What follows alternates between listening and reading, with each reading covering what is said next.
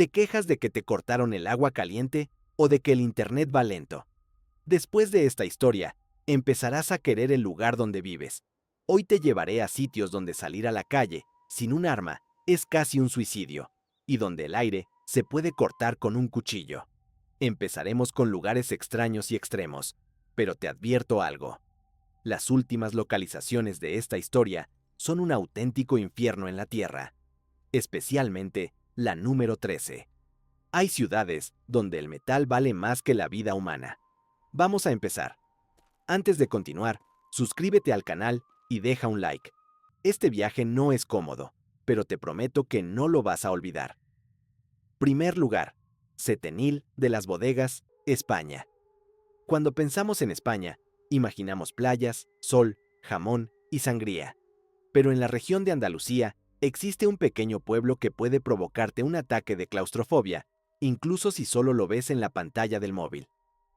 Bienvenido a Setenil de las Bodegas, un lugar que decidió jugar al escondite con una montaña. Y todavía no está claro si ganó o perdió. Mira estas calles.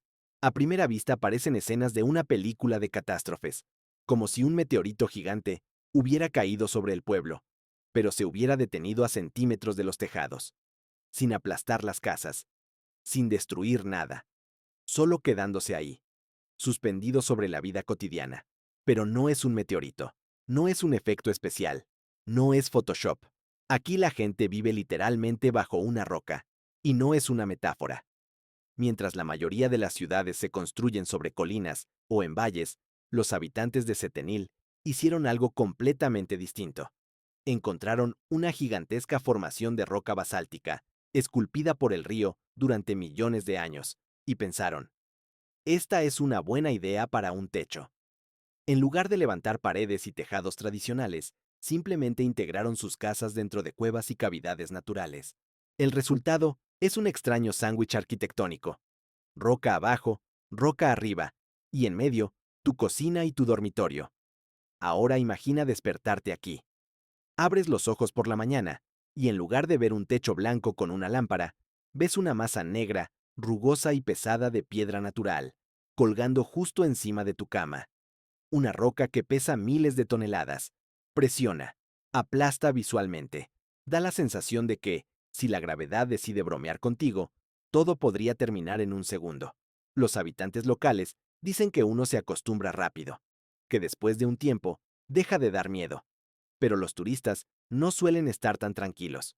Muchos sienten que la roca respira, que se mueve, que en cualquier momento va a ceder y aplastar este pequeño pueblo, como si fuera de juguete. ¿Por qué construir así?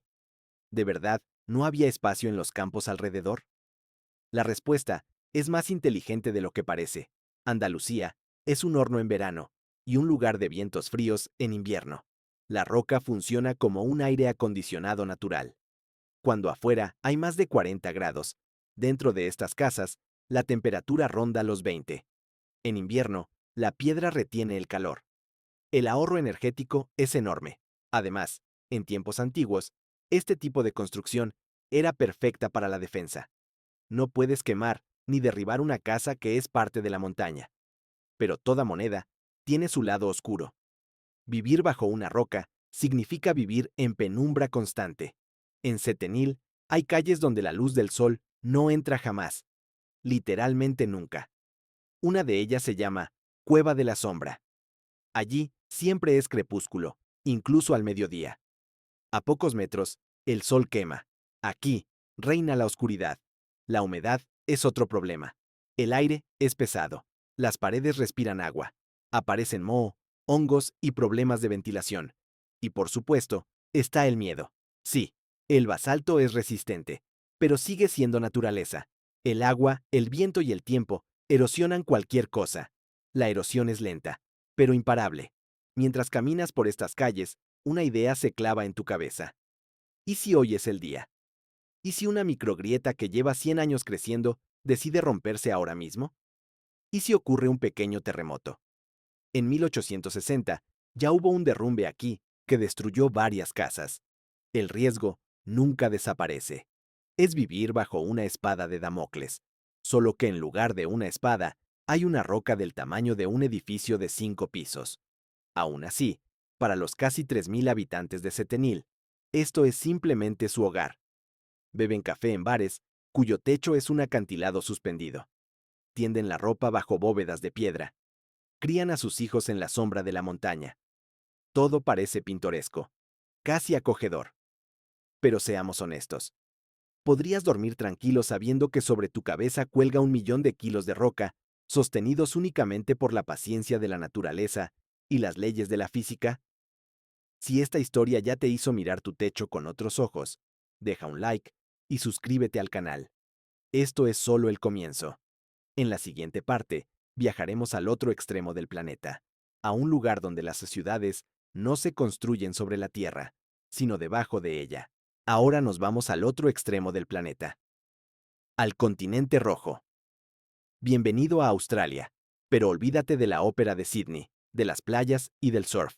Nuestro destino está en el centro absoluto del desierto, en un lugar que parece sacado directamente del universo de Mad Max. Y no es solo una comparación bonita. La tercera película de la saga se filmó precisamente en esta región. Imagina que conduces durante cientos de kilómetros por una carretera abrasada por el sol.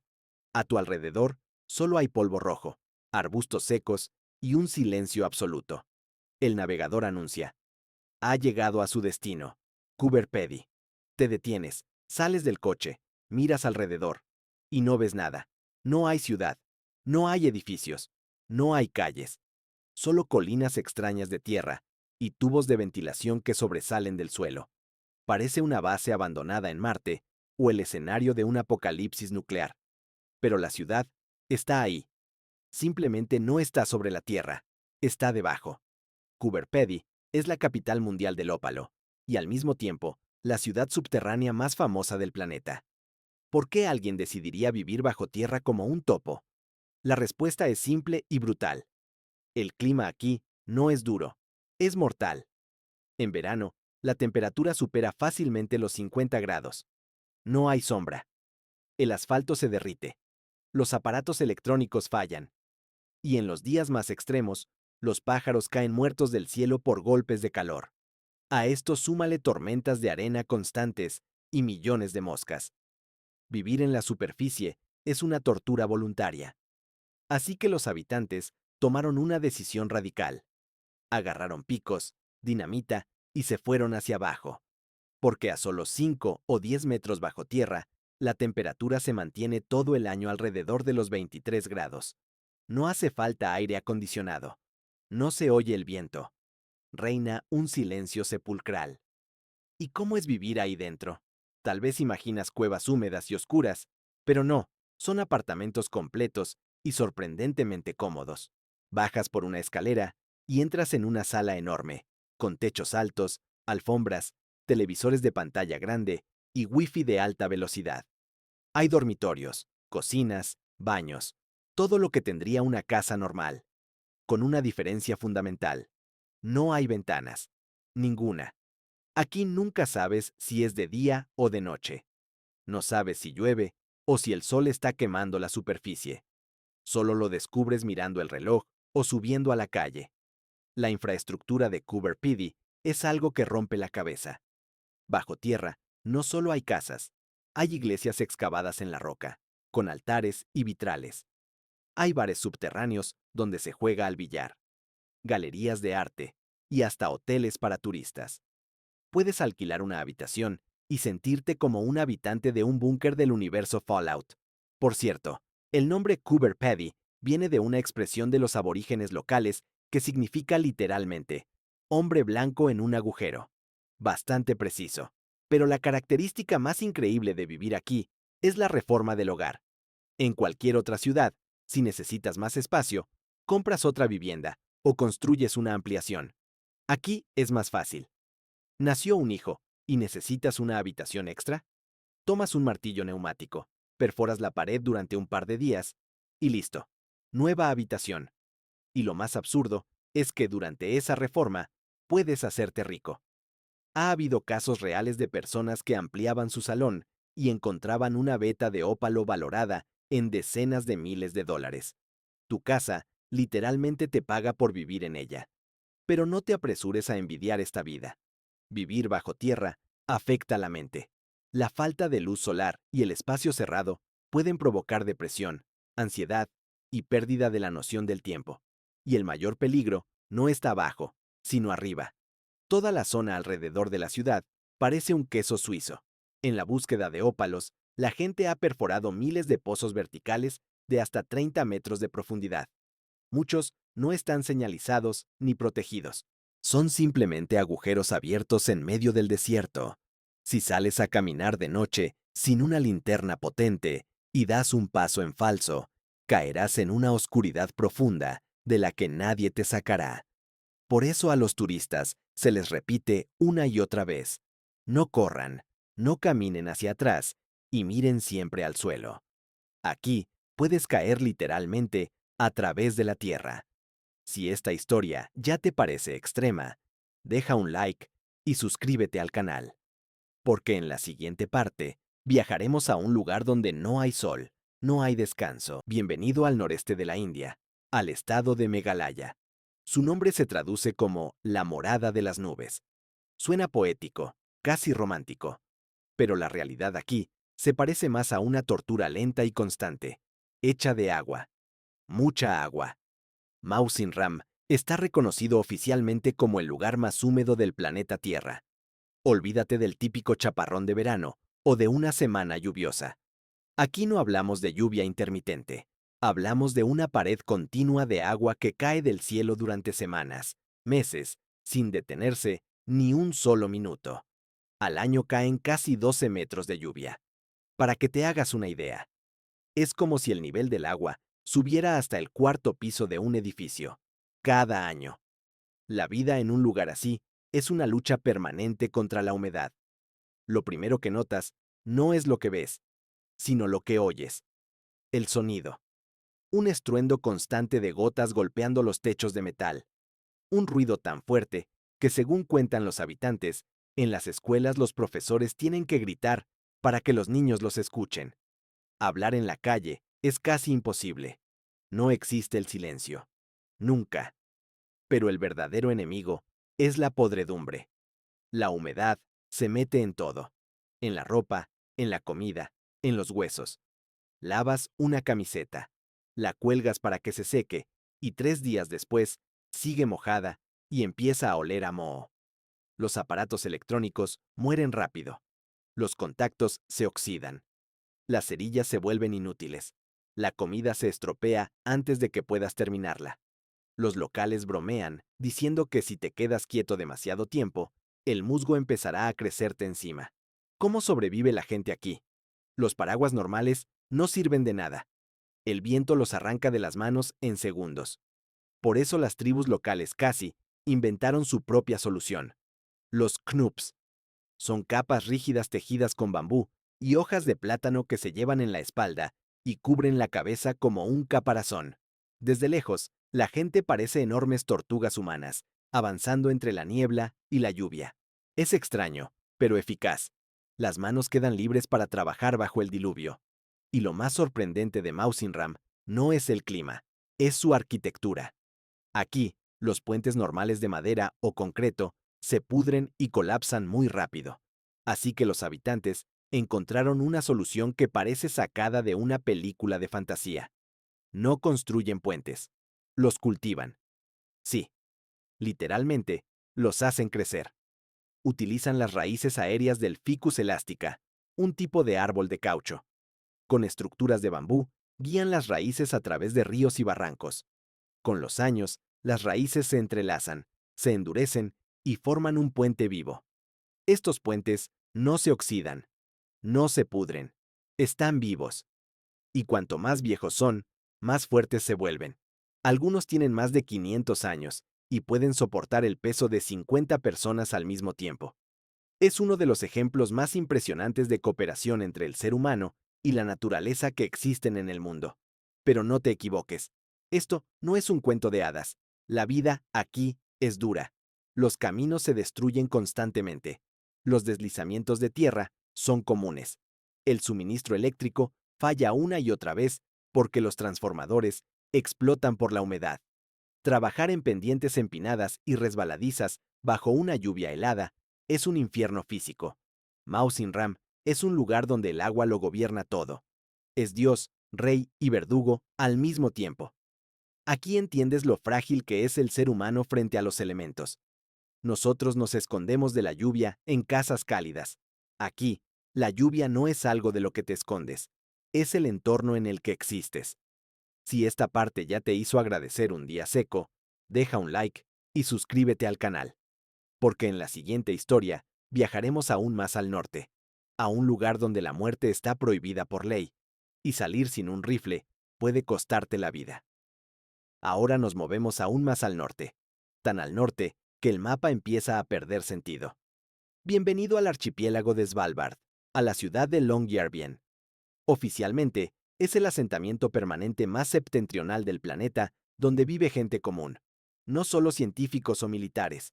Aquí hay escuela, universidad, supermercados e incluso bares. A primera vista, parece una postal navideña perfecta. Casas de colores, montañas cubiertas de nieve y un silencio casi mágico. Pero no te dejes engañar por la belleza. Vivir aquí implica aceptar reglas que en cualquier otro lugar sonarían como el delirio de una persona fuera de control. La primera y más impactante, en Longyearbyen está prohibido morirse. Literalmente. A nivel legal. Suena a broma, pero es completamente real. Si estás gravemente enfermo, si eres una persona mayor, cuyo estado empeora, o si sufres un accidente serio, no puedes quedarte aquí. Te suben a un avión o a un helicóptero y te envían inmediatamente a la Noruega continental. Si vas a morir, tendrá que ser en otro lugar. ¿La razón? El permafrost.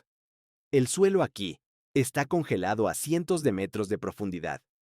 Tan frío que los cuerpos enterrados no se descomponen. Simplemente se congelan y permanecen intactos durante décadas, como momias. El cementerio local fue cerrado en los años 50, cuando los científicos descubrieron algo aterrador. En los cuerpos de personas enterradas durante la pandemia de gripe española de 1918, el virus seguía vivo y activo. El cementerio no era un lugar de descanso, era un gigantesco congelador lleno de armas biológicas potenciales. Y con el calentamiento global, el peligro es aún mayor.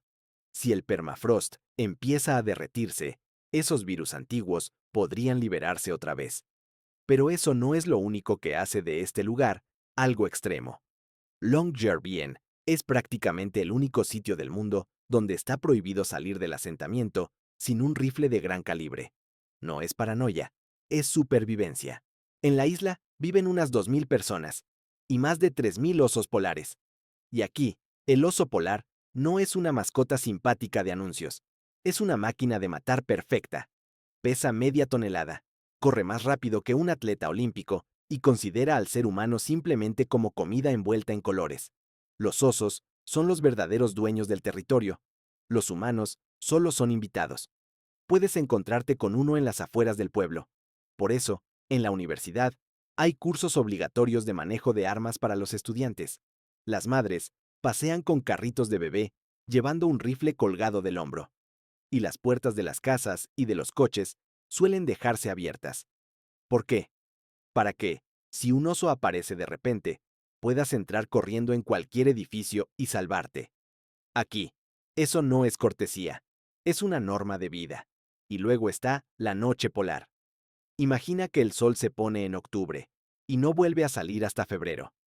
4 meses completos de oscuridad total. 24 horas al día sin luz solar. La gente vive en un crepúsculo eterno. Esto golpea la mente con fuerza. Depresión, trastornos del sueño, pérdida de la noción del tiempo. Son compañeros habituales de los habitantes. Por eso, cuando el sol finalmente regresa en marzo, toda la ciudad sale a recibirlo como si fuera una fiesta nacional. Hay música, brindis y celebraciones. No es exageración, es alivio puro. Hay otro detalle curioso. Aquí están prohibidos los gatos. Las autoridades temen que puedan alterar el frágil ecosistema y acabar con aves árticas raras. Así que, si eres amante de los gatos, este lugar no es para ti. Longyearbyen Es un sitio donde la vida se mantiene en un equilibrio extremadamente frágil, donde la naturaleza dicta las reglas y el ser humano solo se adapta o se va. Un lugar hermoso, sí, pero también uno donde cada día es un recordatorio de que aquí no mandas tú. Si esta historia te hizo replantearte lo que consideras condiciones normales de vida, deja un like y suscríbete al canal, porque en la siguiente parte viajaremos a una ciudad donde miles de personas viven, literalmente, entre las tumbas. Ahora viajamos a un lugar donde la línea entre la vida y la muerte es tan delgada que literalmente se mezclan. Bienvenido a Manila, la capital de Filipinas. Una megaciudad caótica, ruidosa, superpoblada. Millones de personas, tráfico interminable, calor húmedo y barrios donde cada metro cuadrado cuenta. Aquí, el espacio no es un lujo, es una obsesión. Y cuando el espacio se acaba, la gente empieza a vivir donde puede. Nuestro destino es el cementerio de Navotas. A primera vista, parece un cementerio más. Lápidas viejas, mausoleos familiares, cruces de concreto, nombres borrados por el tiempo. Pero si miras con atención, empiezas a notar algo extraño. Entre las tumbas hay ropa tendida. En una lápida, alguien está cocinando. En otra, un niño duerme sobre una losa de mármol. No es una escena simbólica. Es la vida cotidiana. Aquí viven personas. Viven entre los muertos. En Manila, miles de familias no pueden permitirse una vivienda. Los barrios marginales están saturados. Los alquileres son imposibles. Y el cementerio se convirtió en la única opción. Al principio, la gente solo buscaba refugio temporal, un lugar para pasar la noche. Luego, trajeron colchones. Después, estufas. Finalmente, levantaron pequeñas chozas apoyadas directamente sobre las tumbas. Algunas familias adoptaron mausoleos abandonados. Sellaron las entradas, colocaron puertas improvisadas y los transformaron en viviendas. Dentro hay televisores, ventiladores, imágenes religiosas y fotos familiares. Todo ello rodeado de ataúdes. Los habitantes conviven con la muerte de una forma que resulta casi incomprensible para un extranjero. Para ellos, las tumbas no son lugares sagrados e intocables. Son estructuras, superficies, espacio utilizable. Los niños juegan a la pelota entre lápidas. Corren, ríen, tropiezan con nombres de personas fallecidas hace décadas. Para ellos, eso es normal. Es el patio de su casa. Pero esta convivencia tiene un precio psicológico. Dormir cada noche sobre una tumba cambia la forma en que ves el mundo. Muchos residentes hablan de pesadillas constantes. Otros dicen que al principio sentían miedo, pero que con el tiempo algo se rompió dentro de ellos. La muerte dejó de ser algo solemne. Se volvió parte del paisaje, algo cotidiano, casi banal. Y luego están los entierros. Imagina estar desayunando cuando llega una procesión fúnebre. Gente llorando. Un ataúd. Oraciones. Y tú sigues comiendo, sentado a 2 metros, porque no tienes a dónde ir. Los funerales ocurren literalmente frente a tu puerta. A veces tienes que mover tus cosas para dejar pasar el féretro. A veces, la tumba sobre la que has vivido durante años es abierta para enterrar a alguien nuevo. Y tú tienes que empacar y buscar otro sitio. Las autoridades conocen la situación. Oficialmente, está prohibido vivir en el cementerio. Pero la realidad es más fuerte que la ley. ¿A dónde van a ir estas personas? No hay alternativas reales. Así que la policía aparece, desaloja a algunas familias, y unas semanas después, todo vuelve a ser igual. La humedad, el calor y las lluvias convierten el lugar en un foco de enfermedades. El agua estancada, los mosquitos, la falta de saneamiento. Vivir aquí no solo es duro, es peligroso. Pero aún así, hay gente que prefiere esto a dormir en la calle. Lo más perturbador no es ver personas viviendo entre tumbas, es ver lo normal que se ha vuelto para ellas. Cómo decoran las lápidas con luces en Navidad. Cómo celebran cumpleaños sentados sobre los muertos.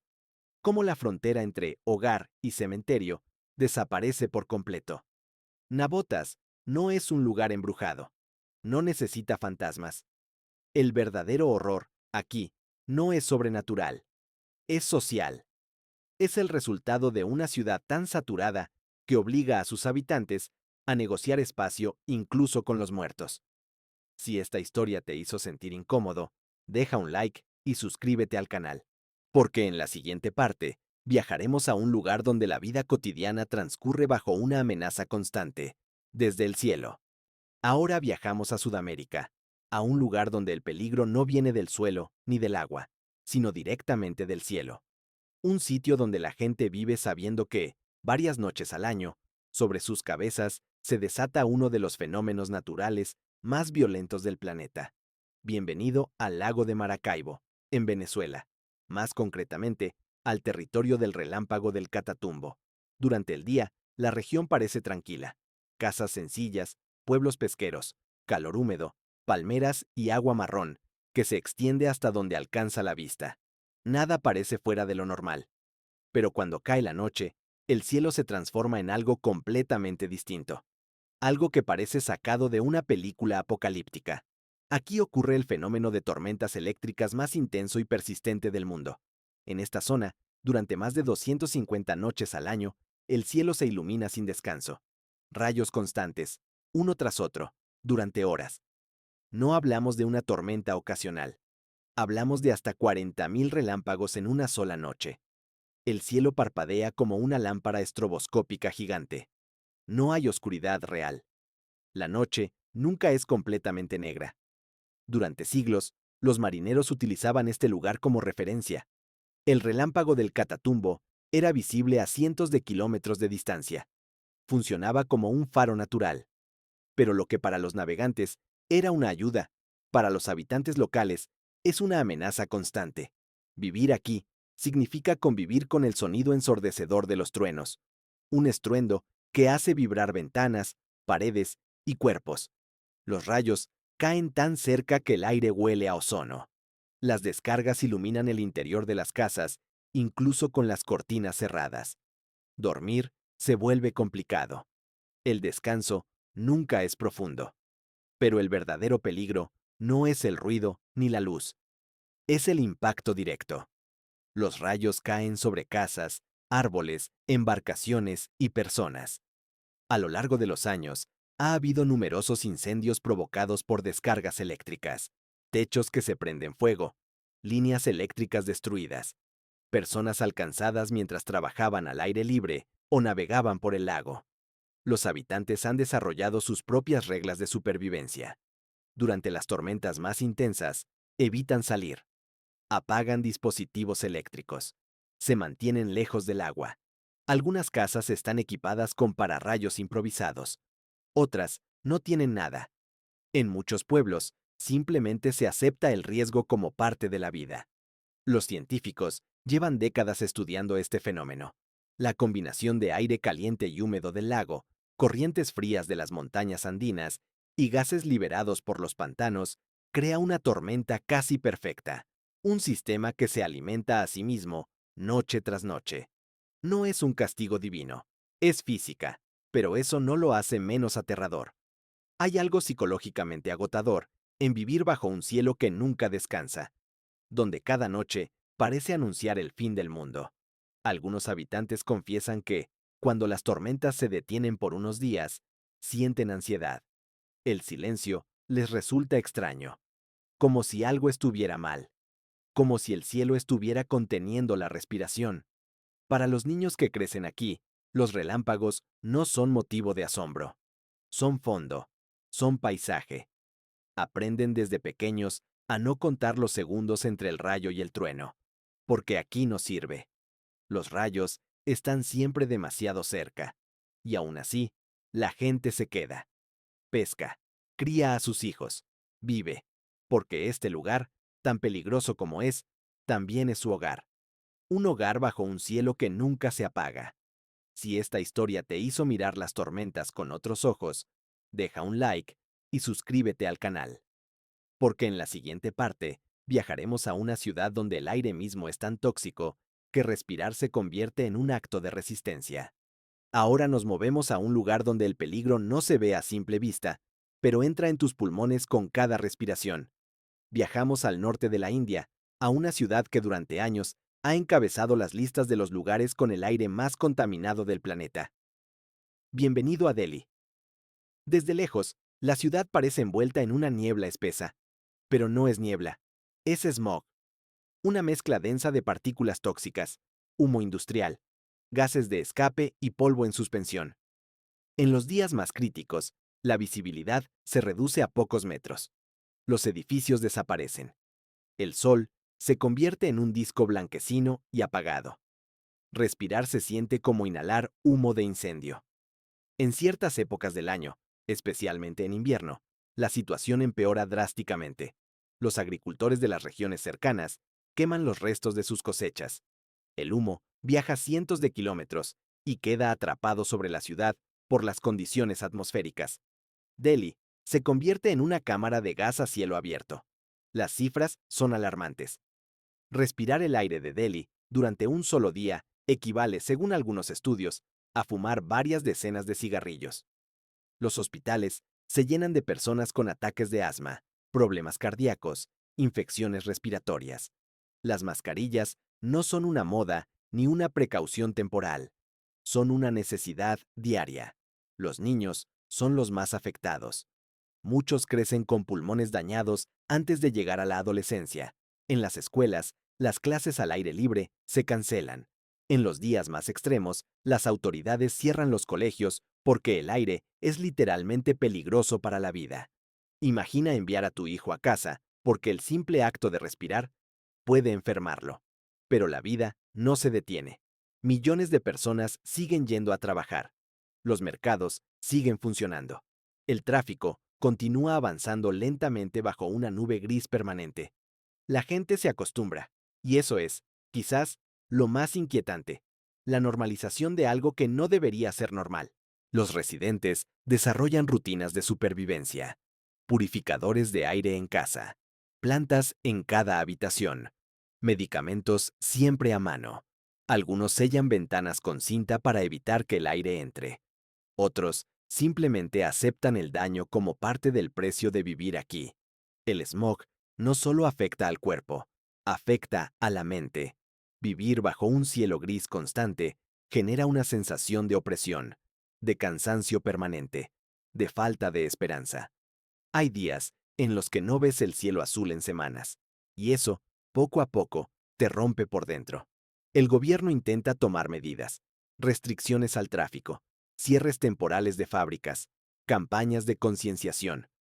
Pero la ciudad es enorme, demasiado grande, demasiado poblada. El problema supera cualquier solución rápida. Delhi es una de las ciudades más antiguas del mundo habitadas de forma continua. Ha sobrevivido a invasiones, imperios, guerras y colapsos.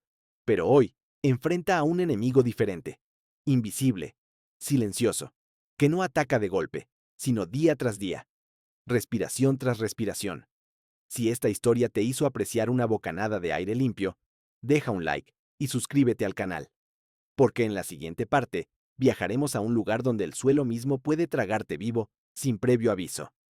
Ahora viajamos a un lugar donde el suelo bajo tus pies no es sólido, no es estable, y en cualquier momento puede desaparecer. Nos vamos a Guatemala, a la ciudad de Guatemala, una capital moderna construida sobre una amenaza invisible que durante años fue ignorada, hasta que empezó a tragarse la ciudad desde dentro. Todo comienza con un problema que casi nadie ve. Bajo gran parte de la ciudad circulan aguas residuales antiguas, tuberías defectuosas y corrientes subterráneas que, con el tiempo, van erosionando la roca volcánica. No ocurre de golpe. No hay temblores ni explosiones. Es lento, silencioso, y por eso es tan peligroso. Durante años, la gente caminó, condujo y construyó edificios sin saber que, bajo el asfalto, se estaban formando enormes cavidades. El 22 de febrero de 2007, la ciudad despertó con una imagen imposible. En medio de una calle residencial, apareció un agujero perfectamente circular. No un bache, no una grieta, un abismo. Tenía más de 20 metros de diámetro y más de 100 metros de profundidad. Era tan profundo que el fondo no se veía desde arriba. Parecía una herida abierta en la tierra. Un edificio de 3 pisos, una casa y varias estructuras simplemente desaparecieron. Se los tragó el suelo, como si nunca hubieran existido. Los expertos explicaron que no se trataba de un cráter provocado por un meteorito, como muchos pensaron al principio. Era un sumidero gigante, el resultado de décadas de erosión subterránea combinada con lluvias intensas. El suelo colapsó de repente, sin aviso. Y ese fue solo el comienzo. A partir de ese momento, los sumideros comenzaron a aparecer en distintos puntos de la ciudad. Algunos pequeños, otros enormes. En 2010, otro agujero aún mayor se abrió cerca de una fábrica. Se llevó parte del edificio y mató a varias personas. En cuestión de segundos, el suelo que parecía firme dejó de existir. Vivir en Ciudad de Guatemala significa convivir con esa incertidumbre. Hay calles donde el asfalto está parchado una y otra vez, zonas acordonadas, casas abandonadas porque nadie quiere dormir sobre una posible trampa mortal. Nadie puede decir con certeza dónde aparecerá el próximo agujero. Lo más inquietante es la forma. Muchos de estos sumideros son casi perfectamente cilíndricos, como si alguien los hubiera perforado con una broca gigante. Esto se debe a la composición del suelo volcánico, que se disuelve de forma vertical cuando el agua lo atraviesa. El resultado es una trampa invisible hasta el último segundo. Imagina estar durmiendo, o duchándote, o cocinando, y que, de repente, el suelo se abra bajo tu casa, sin ruido previo, sin temblor, sin tiempo para reaccionar. Las autoridades intentan monitorear el problema, pero es casi imposible. La ciudad es enorme. Las infraestructuras son antiguas. Y reparar todo costaría más de lo que el país puede permitirse. Así que la gente sigue viviendo allí, esperando no ser la siguiente noticia. Para muchos habitantes, el miedo ya es parte del paisaje. Aprenden qué zonas evitar, qué grietas observar, qué calles cruzar rápido. Es una vida sobre una pregunta constante. ¿Aguantará hoy? Si esta historia te hizo mirar el suelo con desconfianza, deja un like y suscríbete al canal, porque en la siguiente parte viajaremos a un lugar donde el calor no solo incomoda, mata. Ahora viajamos a un lugar donde el calor no es solo una molestia, es una amenaza directa, un sitio donde el cuerpo humano trabaja al límite simplemente para mantenerse con vida. Bienvenido a Irán, al desierto de Dasht el-Lut, uno de los lugares más calientes jamás registrados en la Tierra. Desde el aire, este desierto parece otro planeta. Dunas negras, formaciones rocosas afiladas y un paisaje completamente muerto. No hay vegetación, no hay animales visibles, no hay agua, solo piedra, arena y silencio. Un silencio absoluto que hace que cualquier sonido humano parezca fuera de lugar. Aquí, se han registrado temperaturas del suelo superiores a los 70 grados centígrados. No del aire, del suelo. El aire alcanza fácilmente los 50 o 55 grados durante el día. A esa temperatura, el cuerpo humano comienza a fallar rápidamente. El sudor deja de enfriar. La respiración se vuelve pesada. El corazón se acelera. En cuestión de horas, incluso una persona sana puede sufrir un golpe de calor fatal. No es un lugar para errores. Los lugareños lo saben. Por eso, durante siglos, este desierto fue evitado. Se le consideraba maldito, inhabitable, un lugar donde nada debía permanecer demasiado tiempo. Los viajeros antiguos lo rodeaban, aunque eso significara semanas extra de camino. Entrar aquí sin preparación era una sentencia de muerte, y aún así, hay personas que lo cruzan. Exploradores, científicos, aventureros extremos. Gente que quiere probar algo, demostrarse algo. Equipados con trajes especiales, reservas enormes de agua y vehículos preparados, se adentran en este infierno de piedra. Muchos describen la misma sensación. El calor no viene solo del sol, viene de todas partes, del suelo, de las rocas, del aire que respiras. Es como estar dentro de un horno que nunca se apaga. Durante el día, moverse es casi imposible. La actividad se limita a la madrugada o a la noche, pero incluso entonces, el calor no desaparece. Solo se vuelve un poco menos asesino. Lo más inquietante del Dasht el-Lut es que no perdona. Aquí, No hay margen para el error. Un fallo mecánico, una botella de agua rota, una decisión equivocada, y el desierto se encarga del resto. No hay ayuda cercana. No hay refugio. No hay sombra real. El desierto no ataca, simplemente espera. Los satélites de la NASA han estudiado esta región durante años. Desde el espacio, se ve como una mancha oscura que absorbe el calor del Sol de forma brutal. Es uno de los puntos más extremos del planeta, un recordatorio de que la Tierra todavía tiene lugares donde el ser humano no manda absolutamente nada. Y lo más perturbador es pensar que este calor extremo no es algo estático. Con el cambio climático, zonas que antes eran habitables empiezan a parecerse cada vez más a esto. El Dasht Elut no es solo una curiosidad geográfica, es una advertencia. Si esta historia te hizo agradecer la sombra y un vaso de agua fría, deja un like y suscríbete al canal, porque en la siguiente y última parte viajaremos a un lugar donde la vida humana se mide en años y donde el futuro parece ya decidido. Espero que tengas el aire acondicionado encendido o, como mínimo, un ventilador a mano, porque ahora vamos a un lugar que los científicos ya califican como prácticamente inhabitable para el ser humano. Y no es una frase para asustar, es un hecho biológico. Nosotros leemos sobre el calentamiento global en las noticias y lo discutimos como si fuera algo lejano. Para los habitantes de Jacobabad, en Pakistán, el apocalipsis ya llegó. Bienvenido a la antesala del infierno. Seguramente piensas, bueno, calor es calor. En Dubái también hace calor. En Egipto también. Y la gente vive. La diferencia es que en Dubái hay dinero y aire acondicionado hasta en las paradas de autobús. En Jacobabad hay otra cosa: pobreza, polvo y un sol que parece que está intentando matarte personalmente. En verano, la temperatura aquí se queda clavada en 50, 51, 52 grados. El asfalto se derrite y se convierte en una pasta negra.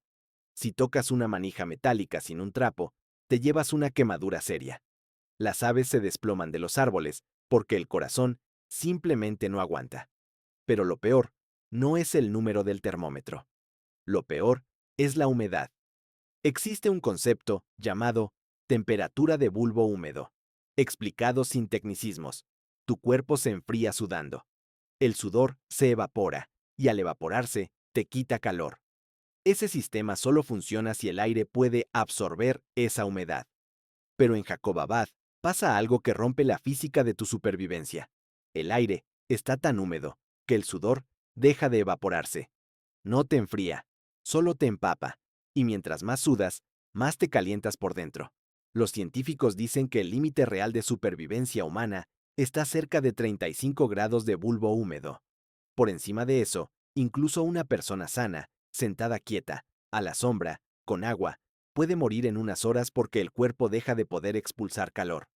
Los órganos empiezan a cocinarse desde adentro, y Jacobabad ya ha cruzado ese umbral en días de verano. ¿Y cómo viven ahí más de 200.000 personas? Con un modo de vida que parece ciencia ficción, pero en versión pobre. De día, la ciudad se apaga. Las calles quedan vacías como en una película del fin del mundo. Es un toque de queda solar. Nadie quiere moverse porque cada paso es perder agua y subir tu temperatura interna. El producto más valioso no es la gasolina ni la comida, es el hielo. Se vende en bloques por todas partes, no para bebidas, para sobrevivir, para ponerle hielo a un niño con fiebre, para meter los pies en un balde y no desmayarte, para aguantar una hora más. La electricidad aquí es un lujo cruel. La red se sobrecarga y se cae. Puede no haber luz 12, 18 horas al día.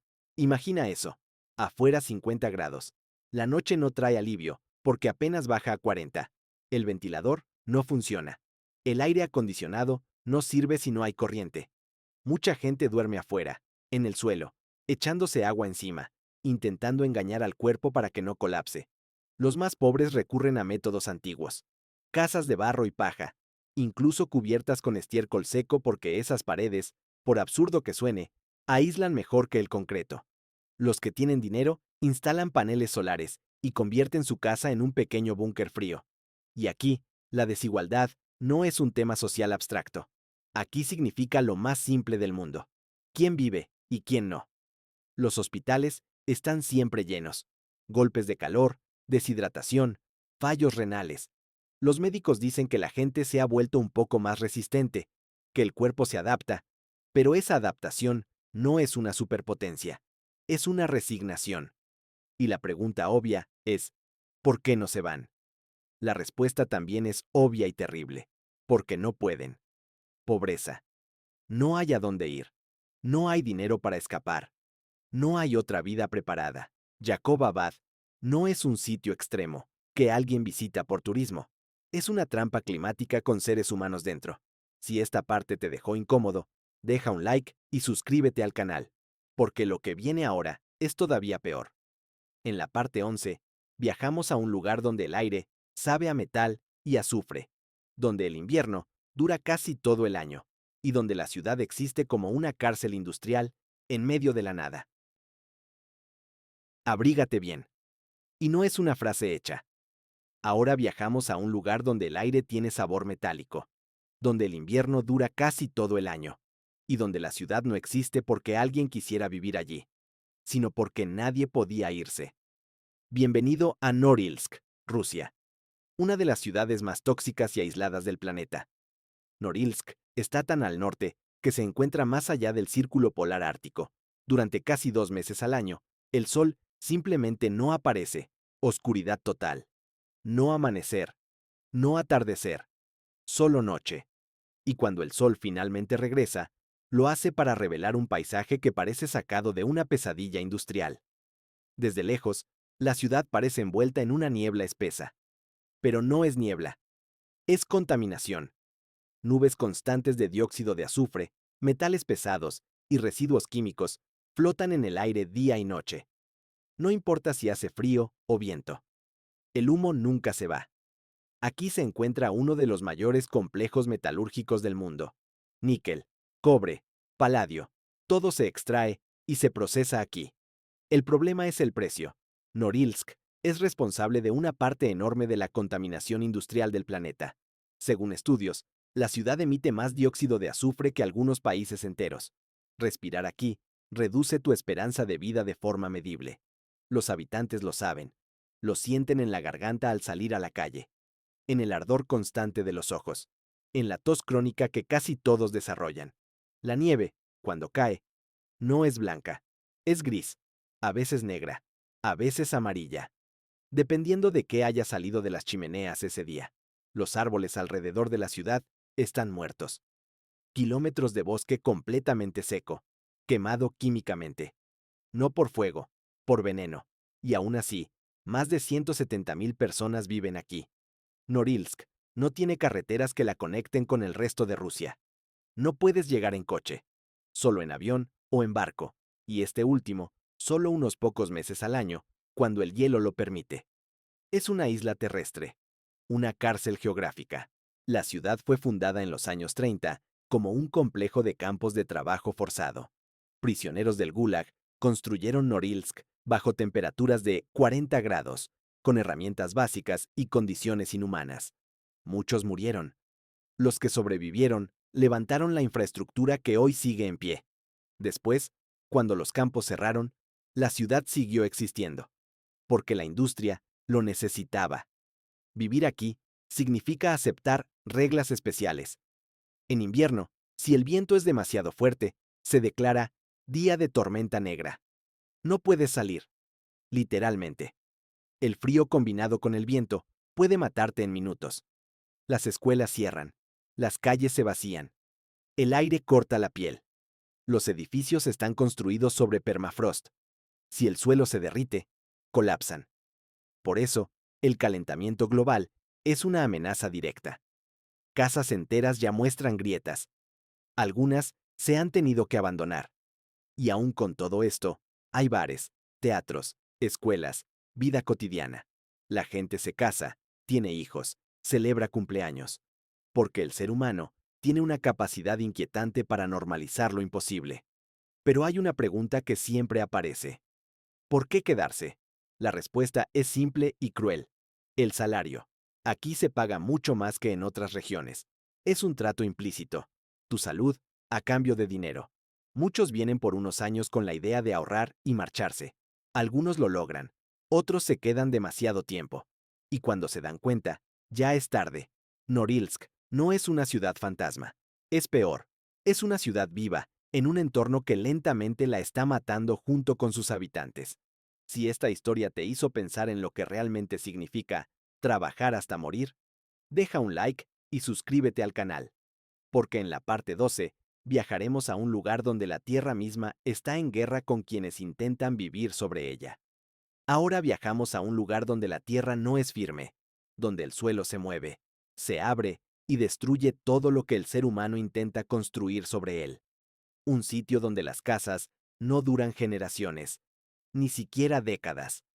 Bienvenido a Indonesia, al borde del volcán Merapi, uno de los volcanes más activos y peligrosos del planeta. Merapi no es un volcán dormido que despierta una vez cada 1000 años. Es un volcán vivo. Respira, gruñe, exhala ceniza, gases y fuego de manera constante. En promedio, entra en erupción cada pocos años, a veces de forma menor, a veces de forma devastadora. Y aún así, a su alrededor viven millones de personas. Desde lejos, el paisaje parece casi idílico. Campos verdes, arrozales, pueblos pequeños, casas humildes. La tierra es increíblemente fértil. Cada erupción cubre el suelo de minerales nuevos. Las cosechas crecen más rápido, más fuertes. Para los agricultores pobres, esta tierra es una bendición y una condena, porque Merapi no avisa como debería. Sí, hay sensores. Sí, hay científicos. Pero cuando el volcán decide expulsar nubes piroclásticas, mezclas de gas, ceniza y rocas a más de 700 grados, no hay forma de escapar si estás cerca. Estas nubes bajan por las laderas a velocidades superiores a los 100 kilómetros por hora. No corres, no te escondes, simplemente desapareces. En 2010, una de las erupciones más violentas en décadas mató a cientos de personas y obligó a evacuar a más de 350.000. Pueblos enteros quedaron enterrados bajo metros de ceniza, casas convertidas en esqueletos negros, animales calcinados. El aire era irrespirable. El cielo se volvió naranja, luego negro. Y aún así, cuando todo terminó, la gente volvió. Volvió a reconstruir. Volvió a sembrar. Volvió a vivir en el mismo sitio. Hay una figura clave en esta historia, el guardián del volcán. Durante décadas, un anciano llamado Embah Marijan fue considerado el protector espiritual de Merapi. Vivía en la ladera, cerca del cráter. Creía que su deber era mantener el equilibrio entre el volcán y la gente. En 2010, se negó a evacuar. Dijo que era su responsabilidad quedarse. Murió carbonizado, encontrado en posición de rezo, mirando al volcán. Para muchos, no fue una locura. Fue un acto de fe. Vivir cerca de Merapi es aceptar que tu casa es temporal, que tu vida depende de decisiones que no controlas, que un día puedes estar cenando y al siguiente no existir. Pero también es aceptar que sin esa tierra fértil no hay comida, no hay futuro. El volcán no es visto solo como un enemigo, es un dios, un proveedor, un destructor, todo al mismo tiempo. Merapi demuestra algo brutal. A veces, el ser humano no vive en un lugar peligroso porque quiera. Vive allí porque no tiene otra opción. Porque la pobreza, la tradición y la supervivencia pesan más que el miedo. Si esta historia te hizo entender lo frágil que es cualquier ciudad frente a la naturaleza, deja un like y suscríbete al canal. Porque en la parte 13, la última, viajaremos a un lugar donde el peligro no viene de volcanes ni fábricas, sino de las personas mismas, y donde la vida humana vale menos que un par de zapatillas. Si pensabas que lo anterior era extremo, prepárate, porque ahora no vamos a un desierto, ni a un volcán, ni a una ciudad tóxica. Vamos a un lugar donde el mayor peligro no es la naturaleza, sino las personas, donde no necesitas un casco ni un traje especial para morir. Basta con estar en el sitio equivocado, a la hora equivocada. Bienvenido a Caracas, Venezuela, una de las ciudades más peligrosas del planeta. De día, Caracas puede engañarte. Montañas verdes rodeando la ciudad. Sol, tráfico, gente caminando, vendedores ambulantes. Todo parece caótico, pero vivo, normal. Pero cuando cae la noche, la ciudad cambia de rostro. Y ese cambio no es gradual. Es abrupto, como si alguien apagara un interruptor. Aquí hay barrios donde la policía no entra. Literalmente. Zonas completas controladas por bandas armadas. Calles donde las leyes del Estado no existen. Donde el sonido que domina no es el de los coches, sino el de disparos lejanos que nadie se molesta en denunciar. Porque denunciar no sirve. Y a veces, denunciar mata. En algunos distritos, salir con un teléfono visible es una invitación al asalto. Llevar zapatillas nuevas puede costarte la vida. No es una exageración. Ha ocurrido. La gente ha sido asesinada por un reloj, por una mochila, por resistirse un segundo más de lo debido. Aquí no hay segundas oportunidades. Los secuestros express son parte del día a día. Te suben a un coche, te obligan a sacar dinero de varios cajeros y te abandonan horas después, si tienes suerte. Si no, desapareces. Y muchas desapariciones nunca se investigan. Las cifras oficiales son confusas, incompletas, manipuladas. Pero las estimaciones independientes hablan de decenas de miles de homicidios al año. Una tasa comparable a zonas de guerra, con una diferencia clave. Aquí no hay guerra declarada. Esta es la normalidad. ¿Y cómo se vive en un lugar así? Con reglas no escritas. Nunca mires fijamente a desconocidos. Nunca preguntes demasiado. Nunca muestres miedo. Ni valentía. Aprende qué calles cruzar y cuáles no. A qué hora dejar de moverte. Qué rutas usar. La vida se convierte en una estrategia constante de minimización de riesgos. Las casas se transforman en fortalezas. Rejas, muros altos, alambres, cámaras. No para sentirse seguros, sino para retrasar lo inevitable. La gente duerme ligera, siempre alerta, porque aquí el peligro no avisa. Lo más perturbador es que millones de personas viven así. Trabajan, se enamoran, tienen hijos. Los niños aprenden muy pronto qué es un disparo. Aprenden a tirarse al suelo, a no preguntar, a normalizar lo que jamás debería ser normal. Y la pregunta inevitable es, ¿por qué no se van? Porque irse no es fácil. Porque no todos tienen dinero, pasaporte, opciones. Porque abandonar tu ciudad, tu familia, tu idioma, no es una decisión simple, porque, incluso en el infierno, el ser humano se adapta. Caracas no es peligrosa porque sea pobre, ni porque esté maldita. Es peligrosa porque cuando el Estado se rompe, el vacío lo ocupa la violencia. Y la violencia no tiene reglas, ni compasión, ni horarios. Y aquí cerramos el círculo. Hemos visto lugares donde la vida es difícil por el clima, por la geografía, por la tierra, por el aire. Pero este último sitio demuestra algo aún más inquietante. El lugar más peligroso para vivir no siempre es el más hostil por naturaleza, sino el que deja de proteger a quienes lo habitan. Porque cuando las leyes desaparecen, cuando la seguridad se vuelve un privilegio y no un derecho, cualquier ciudad puede convertirse en una trampa. Si llegaste hasta aquí, deja un like y suscríbete al canal. Estas no son historias inventadas, son lugares reales, con personas reales, viviendo al límite todos los días. Y la pregunta final no es si podrías vivir en alguno de estos sitios.